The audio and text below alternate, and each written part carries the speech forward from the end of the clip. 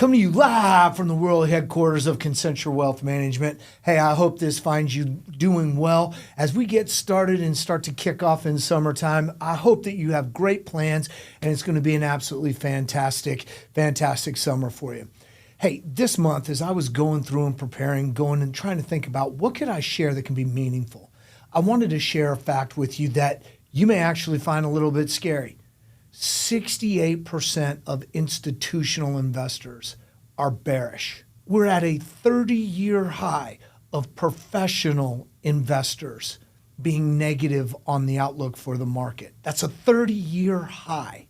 Individual investors, 56.5% think that the market will be flat to down the rest of this year. When you stop and think about it, that's a little bit scary. Here's what the facts are. The great Wall Street strategist Bob Farrell said, whenever strategists and outlooks all look like the markets are going in one direction, expect for something opposite to happen. That's right. Bob Farrell said that wherever the crowd is going, that is probably not what's going to happen. You know, generally when you come into May, there's an old rule, sell in May and go away. Remember, always come back in November. I don't think that's going to happen this year, and here's the reason why. Number one, we've had a tremendous amount of volatility. That volatility is going to continue.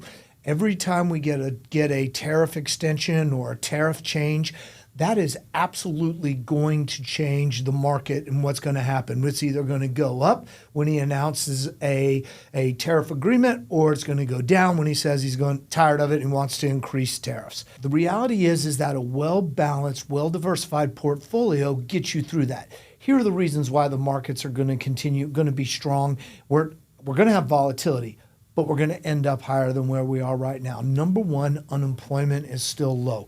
Consumers are in a good place, though debt levels have been creeping up. We're nowhere near panic levels. In fact, if you go and look over the last 10 years, you've actually seen debt levels decrease for individual investors.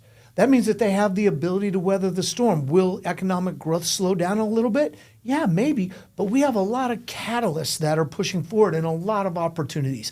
Clearly, there's still opportunities in tech.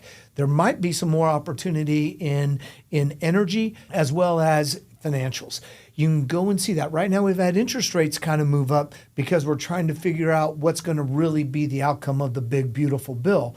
We're going to have a lot of debate and discussion around that, but what markets will like and appreciate about that bill will be, once it gets passed, will be knowing what the future holds. Right now, markets hate volatility, markets hate uncertainty, and once they get clarity, then we should start to see things go.